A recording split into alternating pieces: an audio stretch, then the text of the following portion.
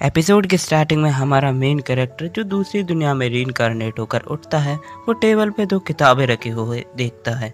इसके बाद वो बाहर आकर नज़ारे देखने लगता है और अपने वाटर एलिमेंट का यूज़ करने लगता है।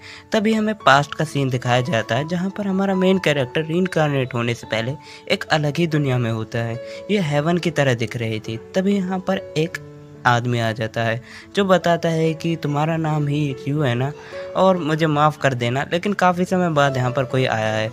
रियू कहता है कि तुम कौन हो? वो बताता है कि मैं एक फॉलन एंजल हूँ और मुझे माफ़ कर देना कि तुम्हारा एक्सीडेंट हो चुका है। वो कहता है कि मुझे पता है, लेकिन अब मैं रीइंकार्नेट होऊंगा तो मुझे इस दुनिया में क्या करना होगा?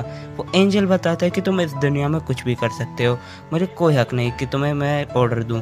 इसके बाद रियू कहता है कि मुझे एक शांत जगह पे रीइंकार्नेट होना है, तो वो एक ऐसी दुनिया में से रीइंकार्नेट करता है जहाँ पर कोई नहीं होता। यहाँ पे रियू चेक करता है तो उसके पास 2 महीने का राशन ऑलरेडी रखा होता है और वो भी फ्रोज़न होता है। इसके बाद जो रियू है वो उन 2 किताबों को पढ़ने लगता है। उन 2 किताबों के अंदर मॉन्स्टर्स के बारे में लिखा हुआ होता है। रियू कहता है कि कमाल की बात है, ये लैंग्वेज मैंने कभी नहीं पढ़ी, फिर भी मैं इसे समझ पा रहा हूँ।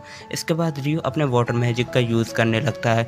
इसके बाद ही रियू अपने बाथ टब को भरने लगता है अपने वाटर मैजिक की मदद से, और वो सोचता है कि अब वो उस पानी को गर्म कैसे करे।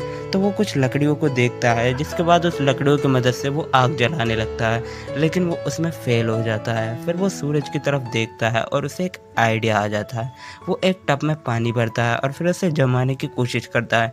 जैसे उसके ऊपर आइस जमती है तो रियू उसे लेंस की तरह यूज़ करके आग जलाने की कोशिश करता है और लिटरली आग जल भी जाती है। इसके बाद जो रियू है वो अपने पानी को गर्म करने में कामयाब हो जाता है और वो कहता है कि आज का दिन तो निकल गया और मैं चाहता हूँ कि मैं गर्म पानी को भी जल्दी ही मास्टर कर लूँ। नेक्स्ट डे रियू काफ़ी जल्दी से खाना खाता है और कहता है कि मेरे पास 2 महीने का राशन है, अगर मुझे आगे ज़िंदा रहना तो मुझे जंगल से बाहर जाना ही होगा। इसके बाद रियू प्रैक्टिस करने लगता है, लेकिन वो देखता है उसका मैजिक बहुत ही कमज़ोर है। रियू कहता है कि कोई बात नहीं, मैं और प्रैक्टिस करूँगा। तो यहाँ पर रियू काफ़ी प्रैक्टिस करता है और उसे लास्ट चीज़ याद आती है। तो एंजल है, उसने बताया था कि मैजिक को मास्टर करने के लिए तुम्हें अपनी इमेजिनेशन को पावरफुल बनाना पड़ेगा।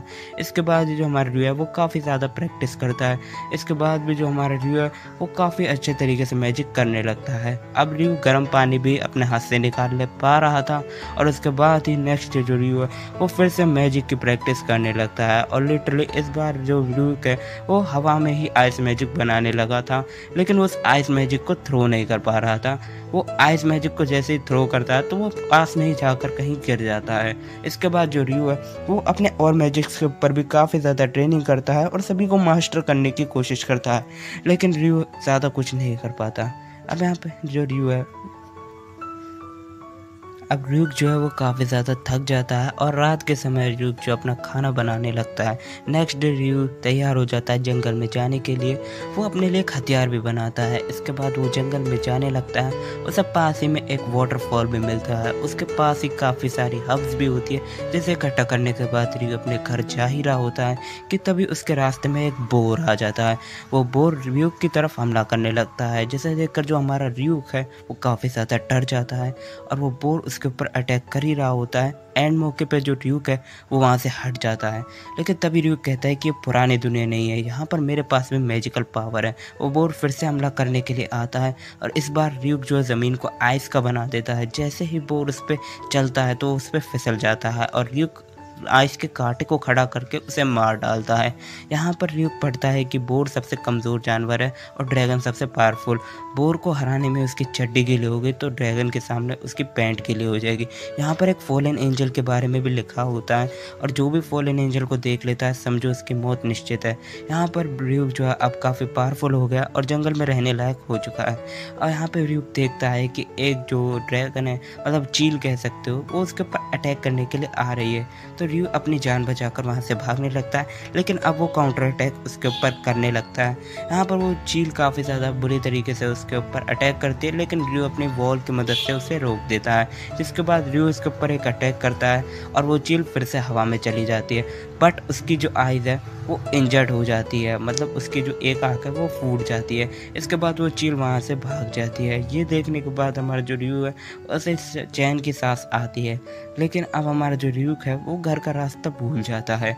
इसके बाद र्यूक शाम को देखता है कि नदी के किनारे एक अजीब से सिर कटी लड़की और उसका घोड़ा खड़ा हुआ है। तो यहाँ पर ये देखकर हमारा जो र्यूक है वो घबरा जाता है। अब र्यूक काफ़ी सारे मॉन्स्टर से हमला करने लगता है और अपनी ज़िंदगी जीने लगता है। र्यूक धीरे धीरे करके बहुत ही ज़्यादा पावरफुल होने लगता है। यहाँ पर अब उसका मैजिक इतना पावरफुल हो गया था कि वो बीच से पत्थर को भी काट सकता है। ये देखकर र्यूक काफ़ी ज़्यादा ही चौंक जाता है। यहाँ पर अब वो उस एंजल से या फिर उस लड़की से लड़ने के लिए आ जाता है, लेकिन उस सिर कटी लड़की और र्यूक के बीच में जो फाइट होती है, यहाँ पर जो र्यूक है वो काफ़ी आसानी से हार जाता है। इसके बाद वो लड़की उसे अपनी तलवार दे देती है वो नाइट, और वो उससे कहती है कि तुम इस तलवार को मास्टर करो, और र्यूक भी ये चीज़ समझ जाता है। यहाँ पर जो र्यूक है वो नेक्स्ट डे उसी मॉन्स्टर को देखता है जिसे उसने पहले हराया था। यहाँ पर र्यूक और उस मॉन्स्टर के बीच में अब लड़ाई शुरू होने वाली है।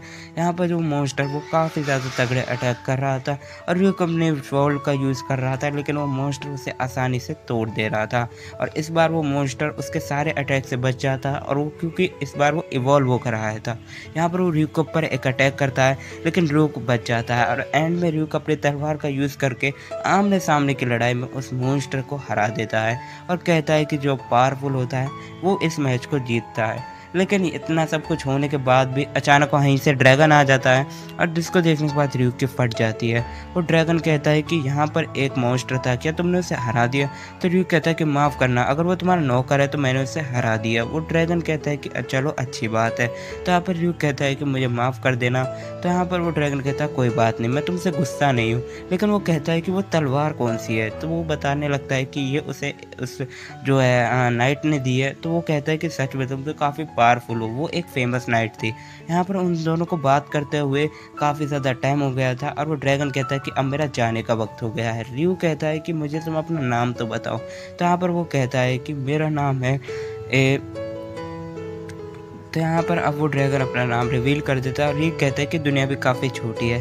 तो यहाँ पर अब वो एंजल जो है वो र्यूक की पावर देखता है, और उसे दिखता है कि र्यूक के पास तो एक हिडन ट्रेड है। और उस एंजल को भी काफ़ी शौक लगता है, क्योंकि 10,000 साल पहले किसी एक आदमी के पास हिडन ट्रेड था, और र्यूक के पास जो हिडन ट्रेड है उससे वो कभी भी बूढ़ा नहीं हो सकता। सो गाइस, यहीं पर ये स्टोरी का एंड होता है। आई होप एपिसोड 1 आपको पसंद आया होगा। वीडियो पसंद आई तो लाइक शेयर सब्सक्राइब ज़रूर से कर